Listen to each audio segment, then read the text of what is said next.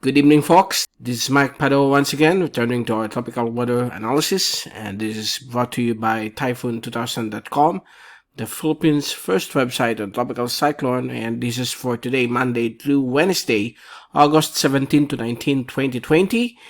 And to begin with our update, here's the latest GraphSat beginning today, Monday, until tomorrow, Tuesday.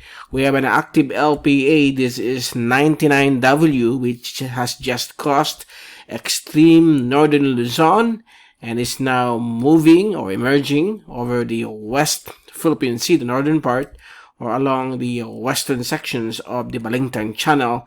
So this LPA is expected to become a tropical depression within the next 6 to 24 hours. Actually, at this moment, the Japan Meteorological Agency has just upgraded this into a tropical depression as it moves towards southern China.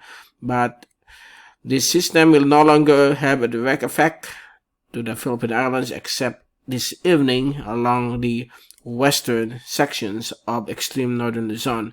So expect some showers or thunderstorms across these areas overnight.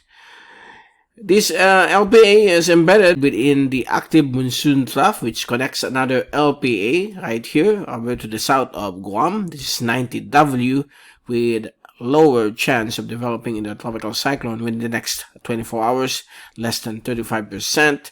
And we have another LPA here, 97W, still the same situation, low chance of developing into a tropical cyclone, and a surface trough here, which is still scattered at this point of time. So, so far, the whole of the Philippine Islands will remain partly cloudy with some afternoon or evening rain showers and thunderstorms, particularly along the western sections of southern and central Philippines. That includes Cayana Island Group, Palawan, Sulu Archipelago, Western Visayas, and Western Mindanao. As you can see, we have a slight habagat, or the southwesterly surface wind flow, affecting this area. So again, thunderstorm activity will be present across these areas due to the southwesterly surface wind flow. And as we look at our latest fast animation, there you go. You could see here the development of LPA 99W into a tropical depression at this time. And we have the southwesterly surface wind flow affecting the western sections of the Visayas, also including western Mimaropa and western sections of Mindanao. And as we look at the zoom-in satellite animation, this is the latest infrared satellite animation at this evening. And you can see here the forming rain bands of LPA 99W,